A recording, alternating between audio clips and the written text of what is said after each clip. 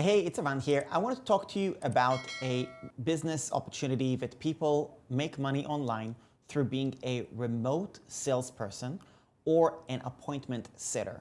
So this is a business model that I've seen people promote, that they can teach you how to do. I've seen other coaches telling you how they can basically hire you or place you in different companies and things like that. And I just want to give you a bit of context on what that business model looks like. What does it actually mean? What do the numbers mean? And what do you need to know before deciding to accept a job like that or pursuing an avenue like that and so on? So a remote sales position is exactly as it sounds. It is a job where you actually are selling some sort of digital product or a coaching program. And you can do it from anywhere in the world. You're not obligated to being in an office. You are basically being fed leads typically, and based on the sales that you get a certain percentage. Now, I have a little bit of insights into this based on the fact that in my first year online, that's what I did for the first year. So we were called at the time coaches. We were really sales professionals, remote sales people. But in reality, there was definitely a coaching element, which I definitely took pride of, and that's definitely something that I was doing at the time. But that wasn't necessarily the case with that particular position. It was really ultimately a sales job. We weren't getting paid to coach people. We were getting paid a commission when somebody bought the upsells after we spoke to them on the phone a few times as they were going through a course. Now, I want to explain to you how this works. And this is something that came up because a friend of mine asked me this question where she was being offered this type of a position to be an appointment setter. And I'll tell you the numbers that she was being offered. And I'll change it a little bit just to make the numbers a little bit easier to explain and share. But it was a really interesting model. So basically, you got to understand how this works. First of all, you've got the appointment setter, which is the first person in the funnel that accepts leads. And those leads, they hop on a call or they do cold outreach or they reach out to them or whatever. And that appointment setter then gets the lead that they receive or the lead that they find and nurture to agree to book a sales call with an actual salesperson, also known as a discovery call or whatever. That appointment setter either gets cold leads from the website, from quizzes, from paid advertising, or they do cold outreach themselves, where they actually do their own attempts to find potential customers, going to different Facebook groups, reaching to people on LinkedIn, things along these lines. So she was being offered this position of an appointment setter. The sales professional is actually the one who's selling the coaching program. For the sake of making the numbers really simple, I'm going to say that the coaching program is $5,000. Now, if the coaching program is $5,000, then the salesperson gets a certain percentage. Let's just say it is 10%. So for every sale that they make, $5,000, the sales professional gets $500. That's the percentage. Now, with regards to the appointment setter, the way the business model worked is for every successful booking to the sales professional, the appointment setter would get $20. So if the appointment setter does all the lead generation, going to Facebook groups, DMs people, goes on LinkedIn, talks to people on Messenger and whatever, they do all the prospecting throughout the day, and then they get 3 people booked to hop on a Zoom call with the sales professional per day, then they would have made $60. Now, this particular sales professional, they might make 10% on the $5,000 program. Okay, so that's $500. So that's how much there's a deduction. Let's just say that that program, that 5,000 program, has a 20% affiliate commission. So you have to reduce another $1,000 in case it comes from an affiliate. Now, with the appointment setter, they would receive, let's say, in this case, 2.5% on any successful $5,000 purchase. Now, if that's the case, if you do the numbers, if I do it correctly, it's $125. So let's just say they get 3 people per day to book a call. And they do it for 6 days a week. And 1 out of 3 actually buys their coaching program.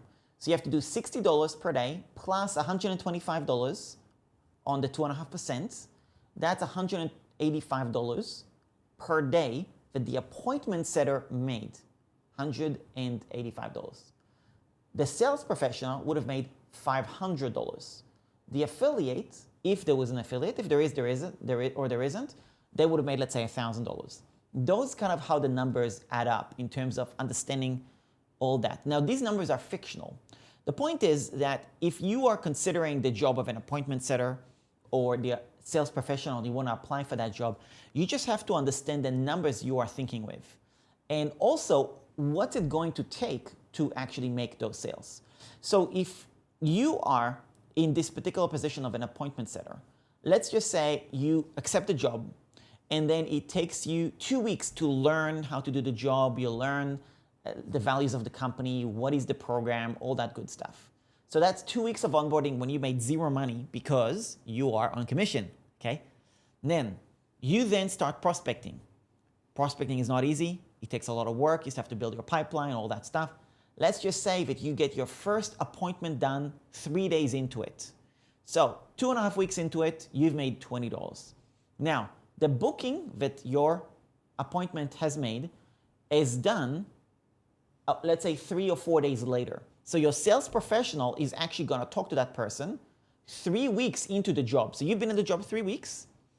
Only 3 weeks later, the first appointment you have set actually speaks to the sales professional. Now, depending on the high-ticket coaching program or the package that's being sold, the sales process could take, maybe it's one phone call, but it could be stretched over a week, could be stretched over a few weeks. It just depends, right? So let's just say that it takes the sales process a week to actually take place between closing, maybe doing a second appointment, maybe doing a third appointment, maybe financing, whatever. So let's just say it takes a week. Okay, so now you're 4 weeks into your role. You haven't made any money yet. First sale is made, happy days. You've made $20 on the appointment set. You've made $125 on the sale of the coaching program. Now, here's the thing. There is always a refund policy. So you got to factor in 2 weeks, 3 weeks, 4 weeks of a time frame where somebody could potentially refund, because typically there's refund policies, things like that. So you're not going to get paid until that refund policy is over. So let's say it's 2 weeks. Now you're 6 weeks into it. Now let's just say that your company pays you once per month, and that's when you get paid. You got to factor in, depending on when you came into the company, when the sale was made, there might be another delay of 1 to 4 weeks as well between actually getting paid. So really, you're into the job 1-2 months later, and that's when you actually get paid the first time. Now, I'm telling you all of this not because I want to discourage you from actually taking advantage of this particular opportunity to be a remote salesperson. I'm just sharing you reality of numbers on how all that works, so you can actually think with that. Now, let's take it back to the beginning of the pipeline. In the beginning of the pipeline, maybe you are doing straight cold outreach to people, and that's the business model. So for you as an appointment setter, you have to understand your role. Are you going out to Facebook groups? Are you going to LinkedIn groups? Are you DMing people cold? Are you going to Instagram? Are you going to all that effort to just get people to connect with you and tell them about this opportunity? Are you the one seeking them out? Or, other option is, does the company that you're selling to do a bunch of paid marketing or organic marketing through search engine optimization or Facebook ads or YouTube ads or any of these things? Do they do all of that work, and what you receive is prospects every day where you can follow up on, okay? Because that makes a huge difference as to A, how quickly you can actually close deals, get appointments set, all that stuff. And also, how quickly does the sales process take, and also the volume of all of that. Because if you're spending time reaching to cold prospects all day, you could be going for the entire day and getting nothing, right? If you're getting continuous prospects being fed to you, 10, 20, 30 people, then you've got a little bit more of a chance of actually converting these people and being busy with those particular prospects. Then there is also an element of what is the follow-up process, because let's just say that the company actually generates those potential leads, 20, 30, 40 people. Great. You get those leads and they come in. That's awesome. You follow up. Only 5 of them answer the call. Okay, so then you have to then set up a reminder to call them the next day, and then the next day, and do you have an email follow-up, and is there this? So there's all these systems to be able to basically crunch the numbers so that A, the company makes more money so they're more profitable, B, you can get more appointments set, there can be more sales done and stuff like that. So as a remote salesperson, if this is something that's all brand new to you, I want you to also understand that there's an entire machine here that works. This is called a sales funnel, basically. It's where you have a process where somebody goes from a stranger to become a paying customer. And you have to understand, what does that process look like? Where are the leads coming from? How warm are they? How engaged are they? All of these factors makes a huge difference as to whether or not the position that you're taking on is going to be really difficult, or it's going to be actually quite lucrative potentially. It's all going to be difficult no matter what, right? Let's just be real. But whether it's going to be like so difficult that the chances of you actually making a living from this is close to none, or if there is some sort of a processes in place in that company where you can actually plug into some sort of a system that they already have in place, where they really teach you how to do all those follow-ups, and they have the CRM system in place and all that good stuff, okay? So this makes a huge difference when you're making a decision as to whether or not you're gonna take on something like that. Now, there are a lot of positions like this that are available online. If you were to just Google remote sales position, then you'll probably find a bunch of examples like that.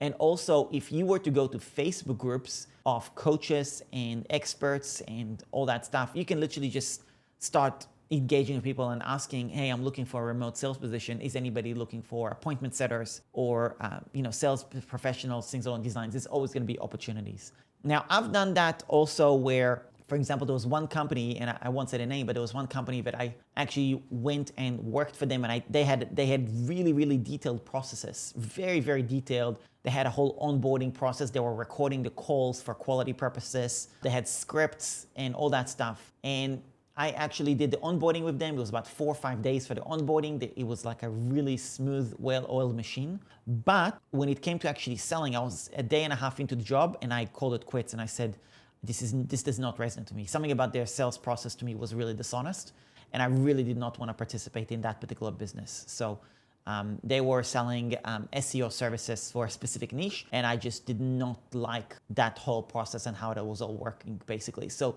the other thing to consider is not just straight numbers. You also have to consider what it is that you're selling, who you're selling it to, and does that company actually align with the values of what you believe in and what you think things should be done. Because yes, we all want to make money, but also we want to be proud of what we're doing, because, you might be desperate for money. You might be trying to make money in any way possible. And maybe that's going to be something for survival purposes. You kind of have to do at the beginning. And the reality is you're going to burn out at some point. You're going to get depressed. Something's going to happen.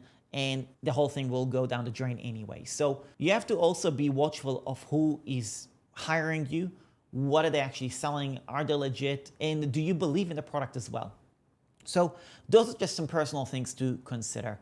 So I wanted to record this video because I know there's people looking for these types of opportunities, and I want to give you a little bit of behind the scene of things that you should consider before making a decision to take the plunge. So that's about it. If you found this video helpful, please let me know. Leave a comment with the word value. That's about it. Thanks a lot. See you in the next video.